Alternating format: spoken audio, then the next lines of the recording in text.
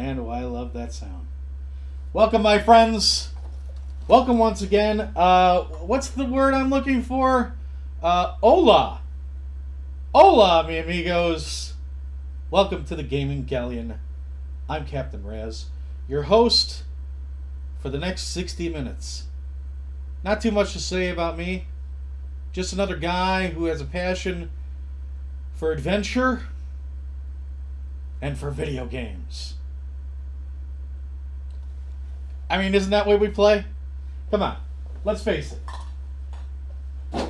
If you were rich, wouldn't you just spend it all getting out there?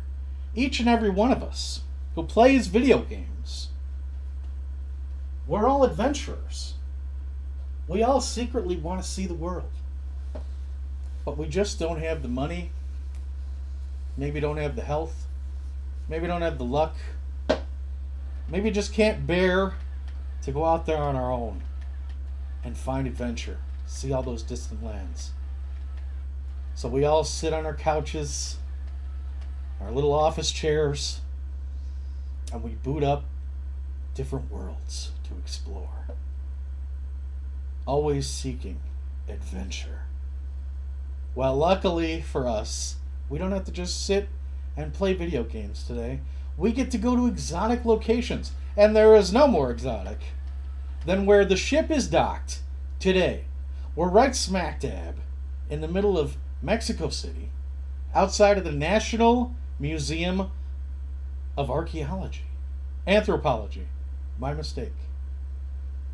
Why are we here? We've come to see the throne. Oh my God. Of Montezuma. What does that have to do with video games? Did you guys ever hear of Montezuma's Revenge? It's an old game.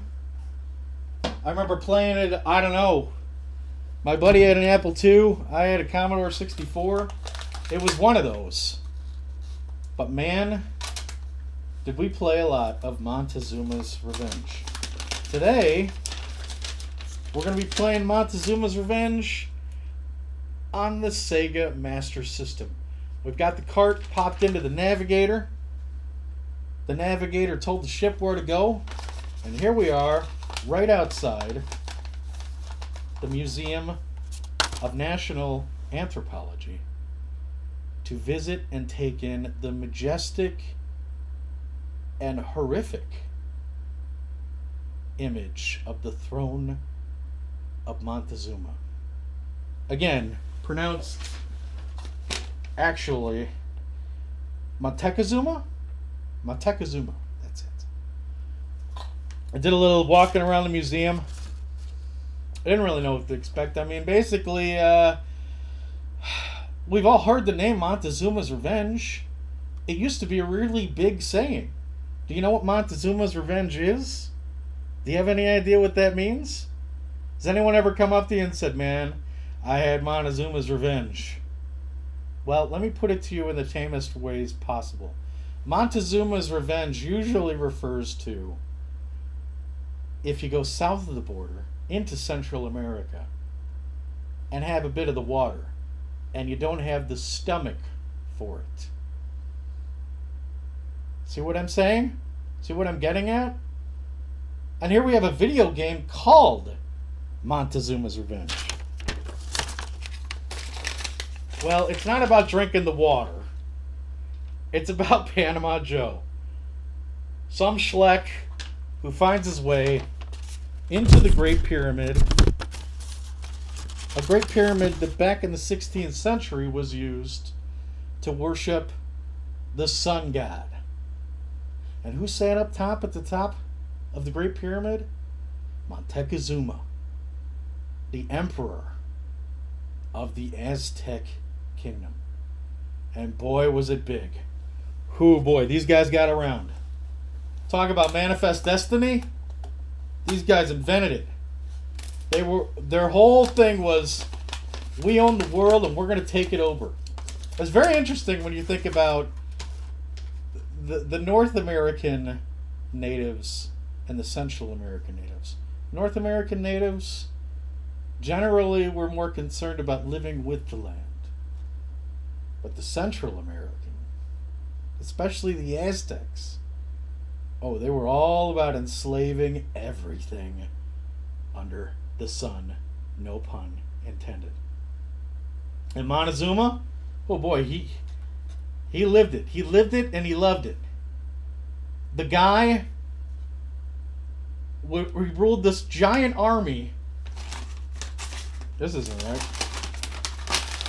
What is this? No, that's not even what I need. Have I got that map? Oh, here it is. Here's a little bit of Southern America here. That's South America. This is kind of the basin of Central America. This little area here is probably where the Panama Canal is. Panama Joe. Who would have thought? And this big squiggly here, this was all Aztec territory. Okay? And you see those dots? That were the three aligned cities. One of them dealt with arts. One of them dealt with military. And the last one just got lost in the sands of time. But right from those three cities, especially the military city, which I believe was called Tenochtitlan. I think that's right.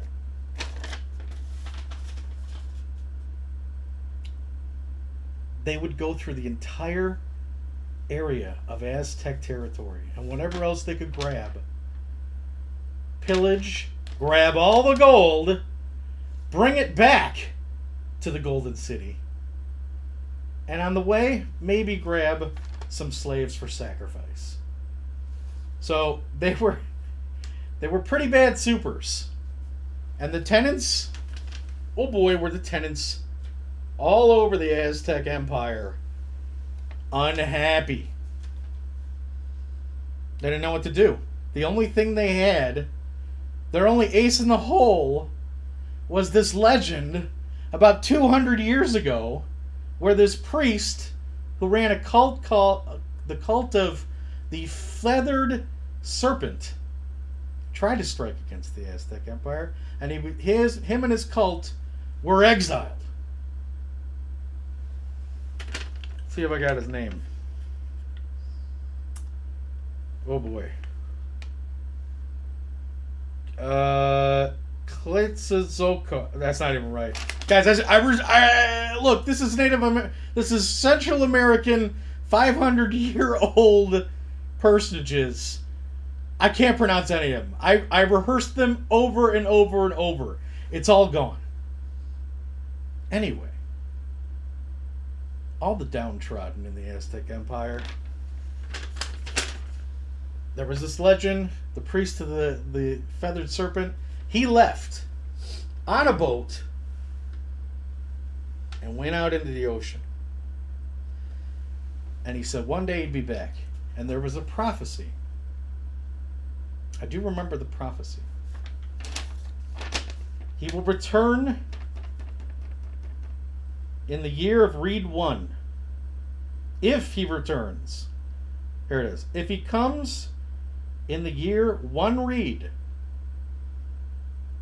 he strikes at kings. So the emperor, as the year Reed 1 Reed approached, and on it, Montezuma, started having these dreams about this priest coming back and taking him and his human sacrificing, sun worshipping, gold mongering empire down. And one day it happened. Kind of. You see, one day, in the year of Reed 1 Reed, 11 ships started coming into the Aztec Empire. The word spread like wildfire all the way from the coast, from small village to small village, H village, not very happy with the capital, until it finally reached the Emperor's temple. Montezuma's like, well, this has got to be him. This has got to be the priest, right? This has got to be the cult of the feathered serpent. So what does he do? He sends some emissaries. Sends him some emissaries with some traditional robes that were part of that cult.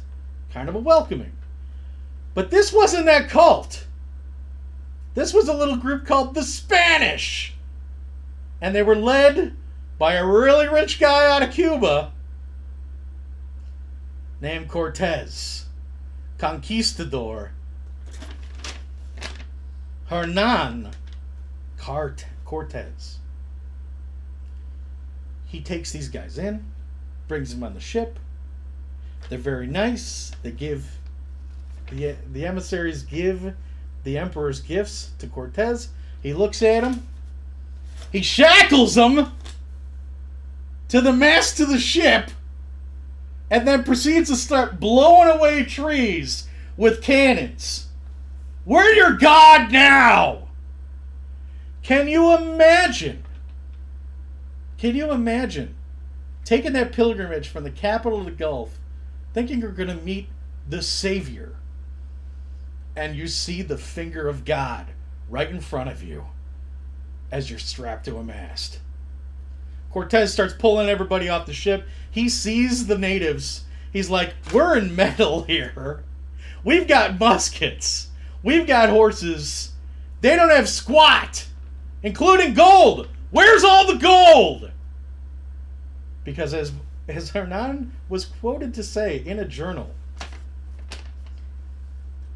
we Spanish suffer a disease of the heart, which only gold can cure.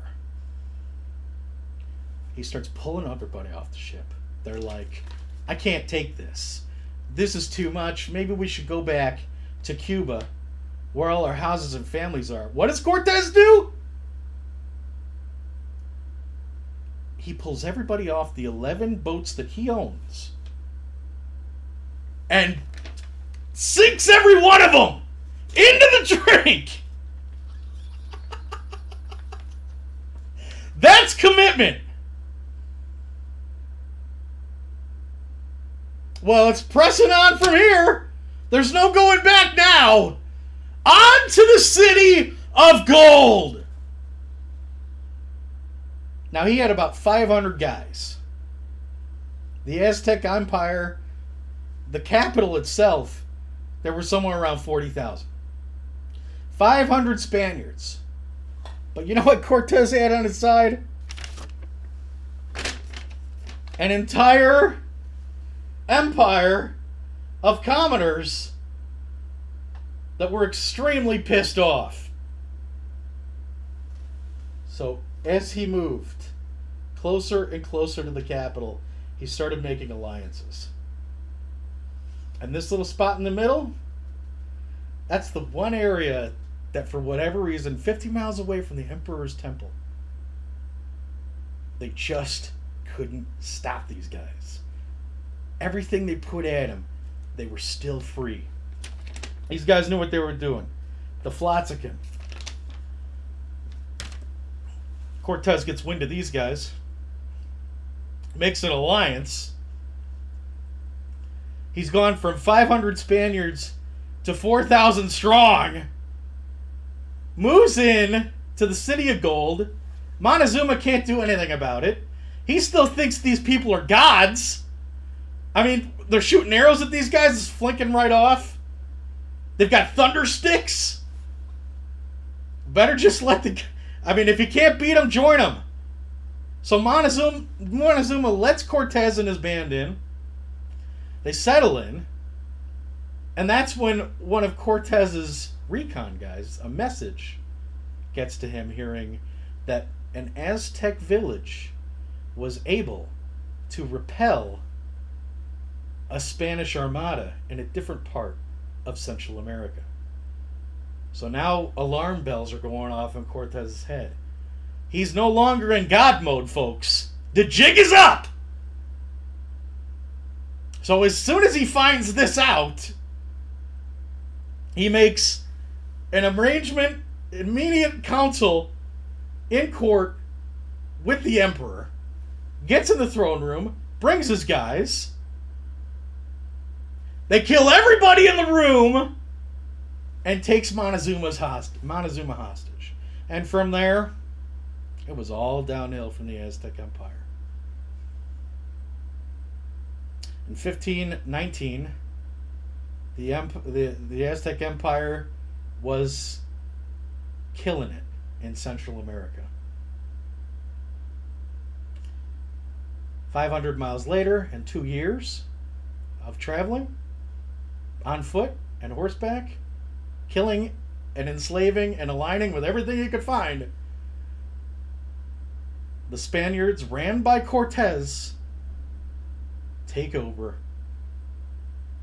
and the rest is history. What do you say we pop into Montezuma's pyramid so many years later as Panama Joe on the Sega Master System and see if we can pull out any of whatever is left, huh? Let's do it. Montezuma's Revenge for the Sega Master System. All right. Where are we at there? Here we go. Wake up, you. Okay. I'm actually going to restart. Let's do this real quick because I think it's worth seeing. This game likes to start itself up. But let's take a look at the pyramid. You need the money shot, right? Let's do a little exposition. There she is. Look at that. What could be inside? Huh? Panama Joe, he's on his way up the steps. All on his own. Real brave guy. From there, it's just a rope slide down into adventure. This is interesting. Very good for a Sega Master System game. From my understanding, there's, as you can see, that little number moving there. There's 6 levels. However, there's actually 11 in the game. You can start in the 6th level and progress into the 11th and final maze. Okay? And the nice thing about this is, depending on what number you pick, you actually get a little different exposition before you drop down into the drink. Let's check this out. So if I press here, it says here lies what is it? Zalotl, a member of the ancient Chimichurri tribe. I guess they haven't heard of the Aztecs. It's a fairly simple tomb, but like all the burial chambers in this region, it is guarded by some unearthly forces. Here you will see sights you have never seen before and may not wish to enter. Ha! Who do you think we are? Let's get in there. Very simple controls here. Let me give you a little audio. There we go. I mean, there's not much to the audio, right? It's our boy. The funny thing about this, I mean, think about this. Think about, you know, I don't know how old I was. Probably like 8 or 9. Playing on the, you know, like a Commodore 64. I think I was playing this on an Apple II. Pretty sure I played this at my buddy's house. But take a look at what we're doing here. We had to go grab a key, and now there's 2 doors that match that number. In the upper left-hand corner, we got an inventory. We can only carry 5 things at a time. So it's like, what door do we pick? Already, this is a little open-ended. A little bit of Metroid going on here. Oh boy. Amulet here. From what I understand, if I press the other button, that's not jump, at the right time I can make all of the monsters invisible. Or, I guess I put them to sleep. It's like a charm. Got a little red key down here. Guys, jumping in this game. Oh, what a nightmare.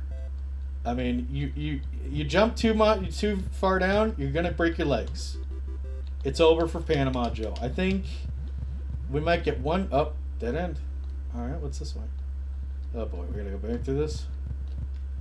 Okay. There we go. Alright, come on back up. Oh, okay, dead end that way. Alright, but we got a red key, and we got a white key, and we knew there was that white door back there, so let's backtrack. Okay, here Here we go. There we go. Little history on this game, which is pretty incredible. I mean, looking at what we're doing here, this is pretty revolutionary stuff for the time. I mean, a guy running around a massive different... I mean, how many games at that time were just one screen? This guy's running around a whole area here. A whole pyramid to explore. The amazing thing is, this game was developed by a guy named Robert Yeager. Or I should say, a kid named Robert Yeager, because he developed this game when he was 16 years old. Or at least, that's when the world learned about it. Him and his dad were at the Consumer Electronics Convention. I don't know if that's the same at the Electronics Show, but that may have been what they called it all the way back then. And he was showing this game off. A company named Parker Brothers were intrigued, bought it from him. Robert, being 16, he was like, I can't believe I'm getting a paycheck for this. Next thing you know, Parker Brothers is porting this over to practically everything under the sun. From the Apple II and the Commodore 64, all the way to things like the Sega Master System here, which has got to be the best version, right? It's 8-bit. And even the ColecoVision. So it's around there. I think it was on the Atari 5200. It made the rounds. And to this day... Oh, boy. Whew. Oh, what is he doing? Oh, God. That's all it takes. One little slip and it's over. All right, here we go. Okay. Whew. All right. Yeah, to this day, you know, getting a cart, oh my God, is a little expensive. Because, you know, imagine being able to play a game of this nature on, say, the ColecoVision. If you got a Coleco, this is what you're going to want, right? This is like blowing the doors off of so many other things in the library. Just the fact that there's more than one level. All right, we got a couple keys. How are we doing on time? 26? All right, well, let's...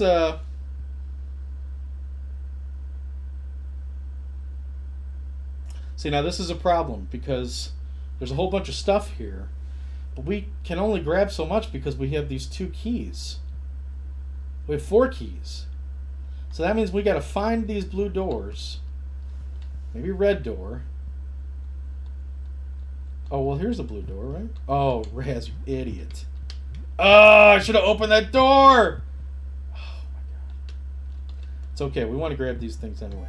All right, 10 grand. I believe that gives us a free guy at 10 grand. Yep, looks like we got a new one. Now, I don't know if that's every 10 grand. All right, going down. Okay, let's head over this way. All right, here's some doors. We'll open these up. Open that up. We'll grab this key, and then we're going to stay right here. All right? Looks like a nice safe area. Let's come on back to the ship. We'll leave Panama Joe there for now. And we'll get into the heart of the matter. I mean, what's treasure hunting without a little treasure? Am I right? You guys ready for this? I think we got to get started because there's a few deals in here. All right, I think there's 5 things. I hope we have time for it all. Let's check. One real quick. As small as they come. Give me 1 second here. We've got 1 DS game. Walked into a pawn shop about a week ago. Saw 1 DS game on the shelf. I had the lady let me check it out. I said, we don't have that one. I said, how much do you want? How much are you willing to do on it? I was looking at, you know, me trying to get it for $2, but I asked, what are we doing on it? She said, well, I gotta look it up. Oh, we're at this point now? It's 9 a.m. at a pawn shop. There's 1 single loose DS game on the shelf, and you gotta look it up. She does. She feels $10 is a fair price. I say, how about 6? She says, I'm sticking at 10. And I said, well, see you later. Because I knew we'd get the last laugh. I knew no one on the face of the planet would care about what was sitting on that shelf. If they did, hey, we'll be all right. But we weren't going to put $10 on some silly video game that had no box. It was for some old handheld. Okay, we just weren't going to do it. We don't need to. Video games are everywhere. We don't need to be spending that kind of money just on a lark. But we had a plan. Went back there yesterday, 6 days later. Guess who wasn't at work? I said, hey, what's that on that shelf there? She said, I said, oh, is that an old DS game? What are you doing on that? She's like, I don't know, $1. Yeah. Don't ever pay if you don't have to. We got Viva Pinata. I don't even know if this is going to pick up. Viva Pinata, a rare game. Oh boy. That's what I get. Tried doing autofocus, that's not happening. Viva Pinata Pocket Paradise. Pretty hard to find. I don't think I even knew it existed. Alright, I'm sorry. We're not going to be able to see that. It's just words. It's a DS game. They don't have any box art. Viva Pinata Trouble in Paradise. I don't know much about it. I know it's a rare product. I know it was critically acclaimed. Most of the buying audience didn't really care. I hear that the DS version is cool. That's all I know. But for $1, we'll take that all day. Another little tidbit, another pawn shop we happened into. We saw a couple of carts under glass. One was like Vegas Dreams for the NES. The other was like Game Day 98 for the N64. Is that right? Some football game 98 for the N64. Nothing we needed or wanted. But then they had this one. Sitting in between.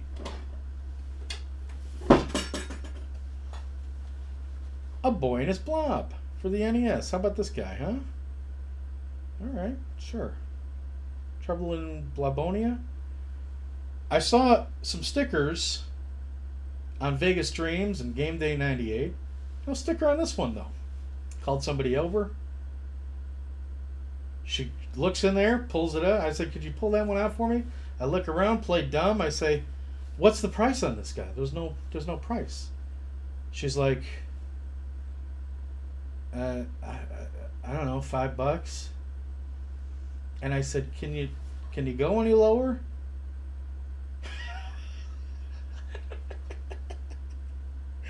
She says, well, you know, come to think of it, there's no label on it, so I guess it's not in the system, so you could just have it.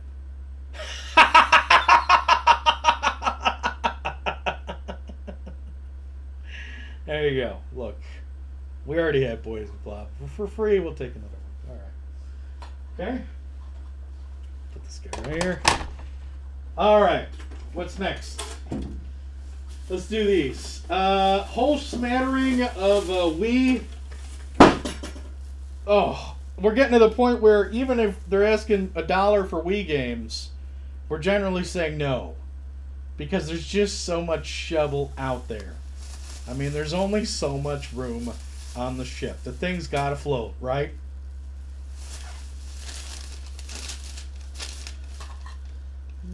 Alright, yeah.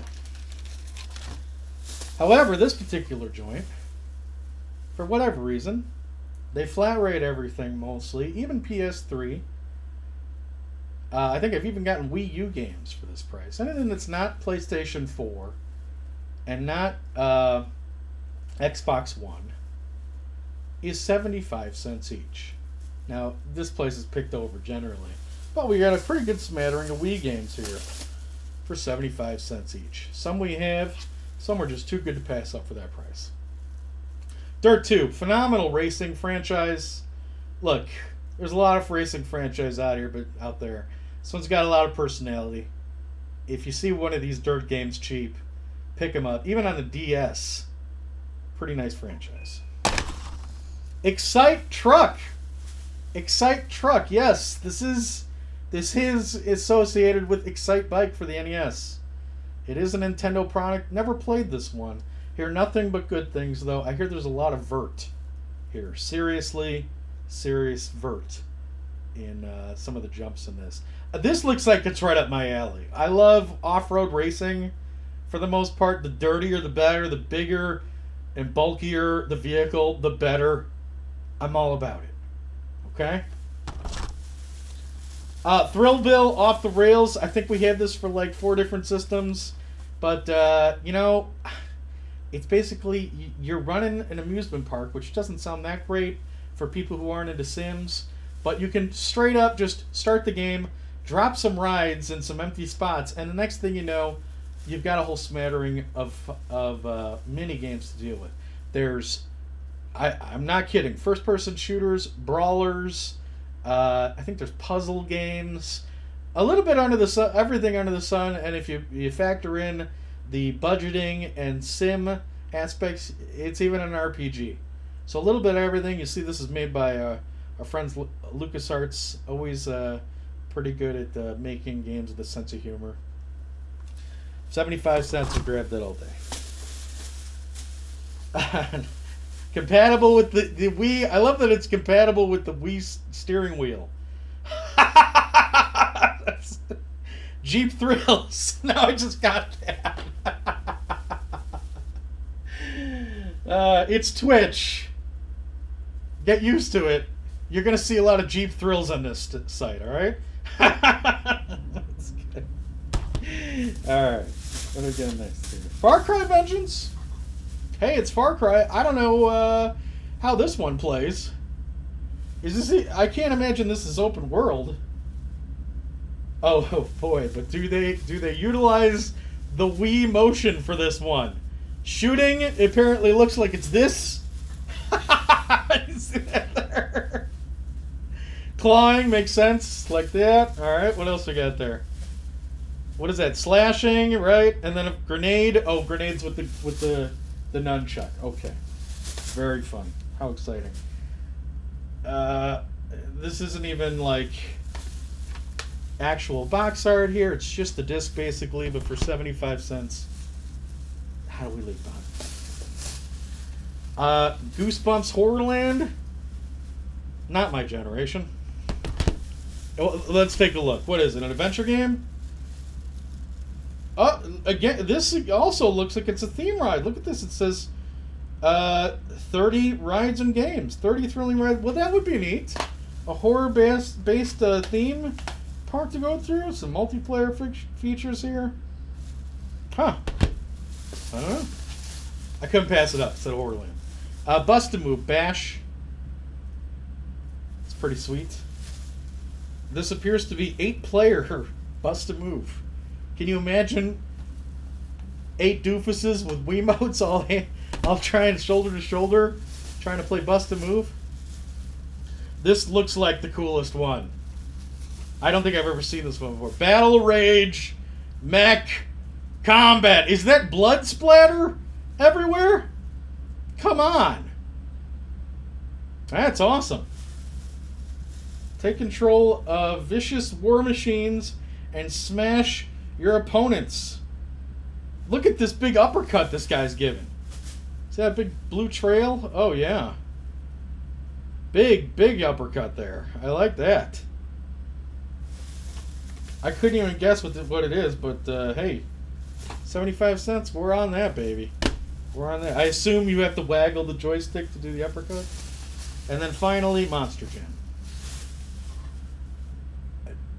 So hard to pick this up for any system. Not pick this up for this price on any system.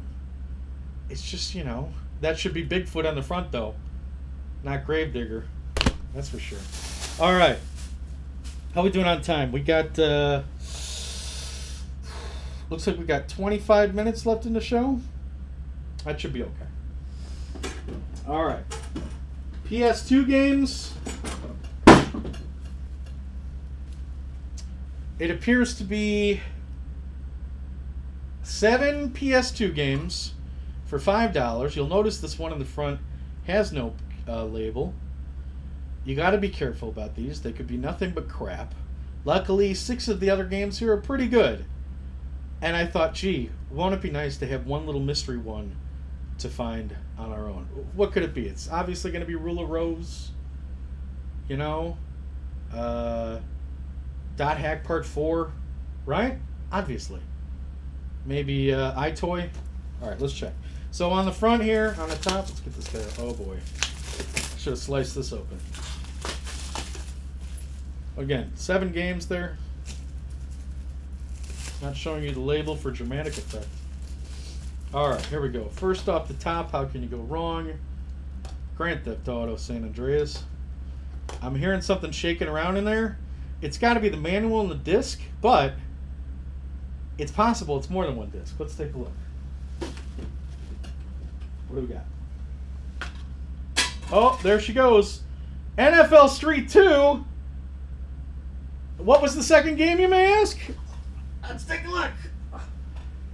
It's our baby, San Andreas. So a nice complete copy. And hey, let's throw in a little NFL Street 2 while we're at it. How about that, huh? All right, there you go. Nice clean copy. That's sweet. Great game. Played the hell out of that one. Basically retired after that one was over. I haven't played a Grand Theft Auto since. I guess I played Chinatown Wars. Does that count? What's next? Little kid fair here. I remember this being a pretty well-rounded lot. Jimmy Neutron, Boy Genius. Who made this? THQ? Couldn't even tell you what this one's about. THQ at this generation, though, they were doing... Oh, no way. No way. Huh. Well, it's not Jimmy Neutron, but I'll tell you what, I'd much rather have this. I've been meaning to do a voyage on this one for years. You guys ever hear of Tom and Jerry War of the Whiskers? Oh, man. Way better than Jimmy Neutron, I would assume. Wow, it's great. It's like an isometric fighting game. You pick Tom, Jerry, or a bunch of other cast members, and then you put them in a kitchen filled with all kinds of horrible things that they could beat the crap out of each other with. We got to do a show on that one day. That's awesome.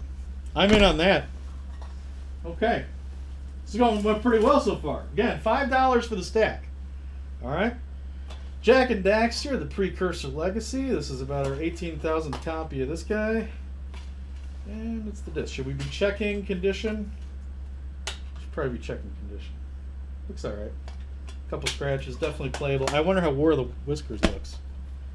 NFL Street 2, pretty scratched. Might work. War of the Whiskers. How's this guy looking?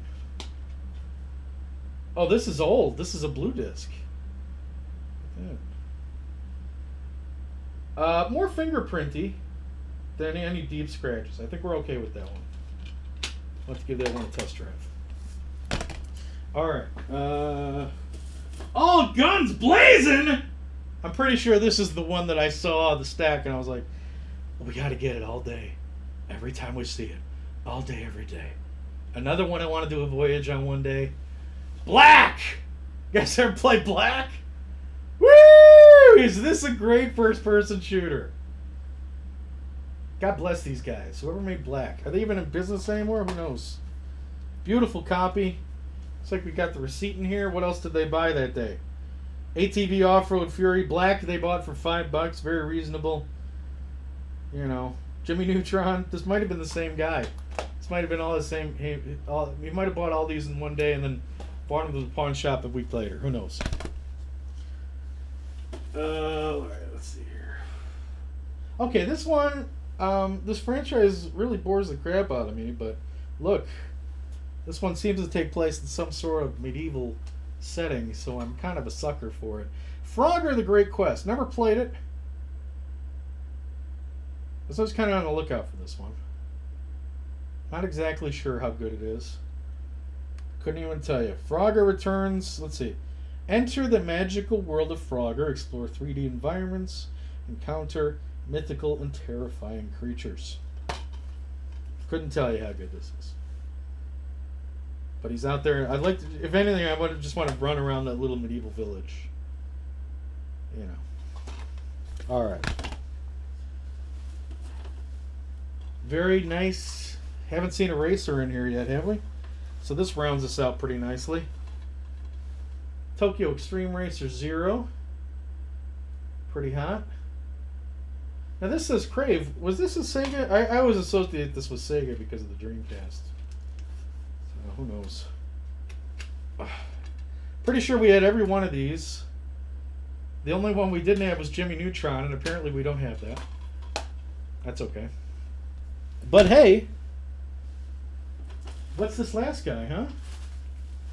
So far we've gotten 7 games, if you include NFL Street 2. 7 PS2 games. I'd say all of them pretty good quality. Maybe not Frogger. As for what's in here, this nondescript empty guy, let's all find out together. You ready for this? Oh, good. Yes, Wall-E. Okay. Wonderful. Wonderful. Not exactly Rule of Roses. Okay. That close to getting Haunted Ground. We're that close. All right, so let's pop all these. We'll put that there.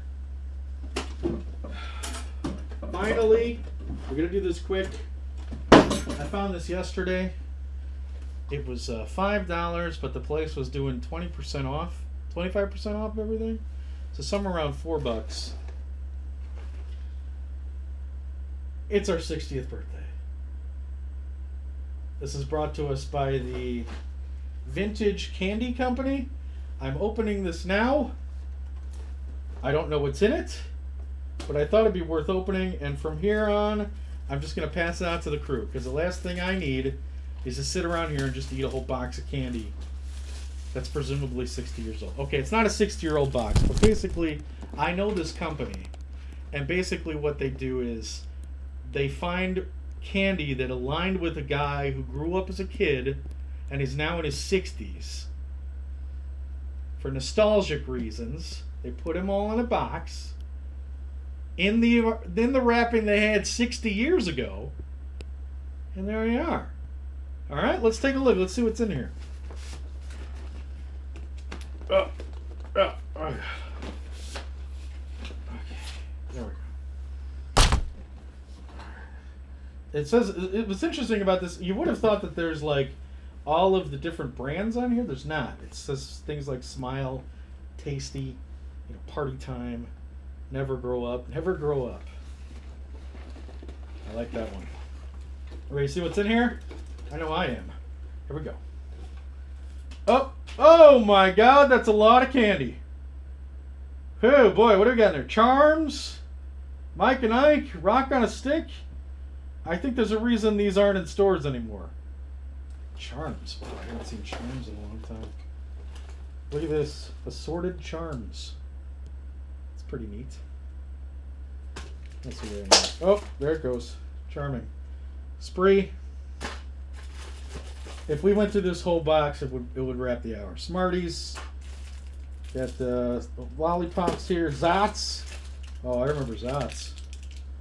These are these things you pop in your mouth and then they. Should I put one in my mouth? They make your mouth pop or something. They're kind of like Pop Rocks, right? Try one of these.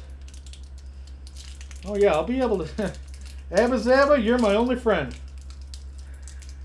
I think I'm right. It tastes like, what is it, raspberry maybe? Blueberry? What else we got in there? Dots? Abba Zabba! Abba Zabba, you're my only friend. Lemonheads, Twizzler. Uh-oh, wax teeth, look out. Wax lips, Pop Rocks. Oh man, remember getting these in Little League. These are great. You bite the top, you bite the waxy top. Oh, okay, I gotta have one. We gotta have one of these. You kidding me? I always go for the red. If you have to trade, somebody get the red. Do it. Oh, pure 60-year-old corn syrup.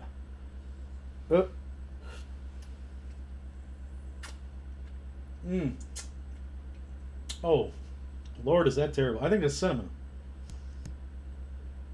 Oh, okay. Okay. That was awful. You can't go home again, guys. All right, so that's it. That's what I also wrote. Starburst. You know, Turkish taffy. Okay, vanilla. What do you think, guys? Worth $4? Oh, I finally. Okay, we'll send this one to Popo. All right, let's do it. That's it, guys. Put this bit. We'll put that over there. Pass that off to the pirates on the ship. Get this guy in here. Clean up a little bit here, and then we'll head back into the depths of Montezuma's pyramid, the Great Pyramid, in Montezuma's revenge for the Sega Master System. Let's head on back. All right, so we open these doors, right? We still need a red key. I don't know. It's like some sort of green key. Can I use that? Is that possible? Let's take a look. No. Can't use. All right. So we'll try and find a red key. We got to get back out there. Wasn't there a red key? There was, but now. But we need a blue key to get in that room now. Oh! I'm an idiot. Don't make dumb decisions here. We don't have resources for. Oh my god! I got this thing in my mouth. It's starting to fizz. It's like a chemistry experiment in my mouth right now. All right, so okay, I know where we need to go. We've been in this room. Ah! All right, well at least she's dead. This is where we died like 3 times. Doing this conveyor belt shuffle. There we go. Very responsive game for the time. I mean, not sure when. Not sure when this one came out. Must say on the cover here. Is this it? Let's see the cover. No. No. Okay, here we go. No, we can't get in that door. Where do we get a blue key? Oh boy, here we go. Jeez. There we go. Oh man, that stuff is sour. Oh, sour in my mouth. Sour in my mouth. Okay. Gotta be careful. You hit these. Oh, those jumps right. You fall to your doom there, it's over. I don't think we can go this way. Alright, we gotta try and go this way. See if there's a blue key up here somewhere. Oh my god! This is our last life, and then we gotta say goodbye. There's no blue key this way, but this is where we came. So clearly, either I made a mistake. Oh yeah, that's a dead end. And not opening that door. Maybe there's no other way. Maybe you got to budget your keys correctly. Let's see if we can find a blue key. We're going to go back on through. Again, for the time, Sega Master System, look at us running around here. This is pretty crazy stuff. I don't think this is how we got in, right? Yeah. I like how the words are still there. That's nice. Can I grab one of the words and spell key? Oh, that's it. That's it. Now, I think we got one more continue here. I don't know if that's true or not. Oh, did I just use it? I did. So that other item we had, that wasn't a key. That blue and green thing, that was a continue icon. Huh, interesting. We'll go down here. Let's see if we can find them. We got a white key. Let's see what's this way. We just came from this way.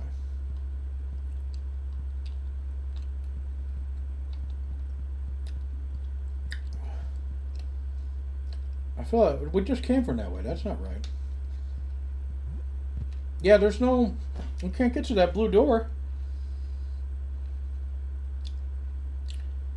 There's no other way out of here. We have to go this way. Isn't this going to take us back to the conveyor belt room? Oh, look at those moves. This isn't good. I think we're stuck in the pyramid forever. Oh, well, not...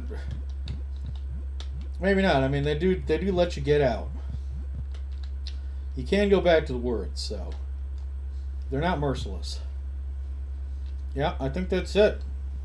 No, that's all she wrote. I can't get in there. Huh. Alright, well, that's it. Let's do one more brilliant blaze into the fire, and then we'll wrap her up. Oh, fatality. Alright, that's it. Let's get out of here. Alright. Ooh, Montezuma's Revenge. I tell you, some of these games, when I get ready for these voyages, can be a bit of a slog. This one, Montezuma, I was very impressed. I didn't think it would age well after 30 some odd years. Is that right?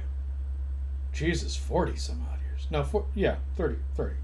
We'll split the difference, 35. But she's doing great. Very responsive. I'm glad we picked it up. As I said, these days it's pretty hard to find. I think we had found it a few years back for $10. Even at the time, I was okay with that price, only because this game is not easy to find on other systems, and knowing what I knew with it back in the day, I was excited to have it again. So, there you go. Alright, let's hit the old mailbag, and then we'll say goodbye from here in the Mexico City, the National Museum of Anthropology, home of the throne of Montezuma. When the Spaniards came in, they burned it all to the ground. This huge great pyramid to the sun god that had been rebuilt 6 times over pyramids worshiping other various gods, mind you. The Spaniards leveled it all. They took the gold and they became kings. The rest is history. This one comes out of Iowa from our friend HeteroGamer84. He's been watching the show for a very, very long time, and he was nice enough to send us a letter. You want to send a question, a message, please feel free to send it to thegaminggalleon.live. There's Gmail on there, Discord, Whispered on Twitch. I'm easy to get a hold of. But please send us something so we can pop her in the old mailbag and continue on that tradition of yore, where doofs like me would get in front of a camera and read a letter from one of you fine people out there. Alright, let's see what HeteroGamer84 has to say. What is the right amount of games to have on my shelf? Whatever fits. And if it doesn't fit, just start filing it on the floor. I have too many and I'm overwhelmed. I think that's a problem we've all faced, or at least wish we did. I'm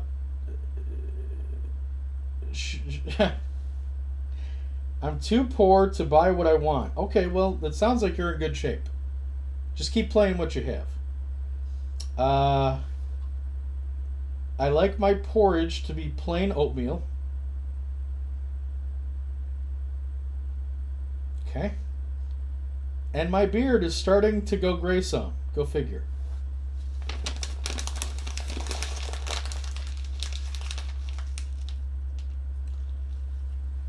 Well, I'm not worried about the games, but can you check the ventilation in that room? I think the fumes may be getting to you. HeteroGamer, thanks a lot for the question. I appreciate that, my friends. My friend. You folks out there, send me something. I'll be happy to read it. Anything under the sun. No pun intended. Alright! That's it, gang. I think it's time to go. Had a great time. Montezuma's Revenge. very good. And I don't know. There's a lot of crazy history about humanity out there. It's funny the things we say, like Montezuma's Revenge, day in and day out. Not that we say it all the time, but it's certainly something we recognize. Sometimes it's worth saying it back in your head and wondering where in God's name did that come from. Who knew 500 years later Montezuma would still be getting his revenge on any tourists that went south of the border. We'll see you next time. Not sure where, not sure when, but I sure know one thing for sure. Wherever we end up in the known galaxy, we're going to go there together. So until next time, my friends, farewell and adieu to ye fair Spanish maidens. Farewell and adieu, ye ladies of Spain, for we received orders for to avenge Montezuma, and lo, nevermore shall we see ye again. Keep your powder dry, mateys.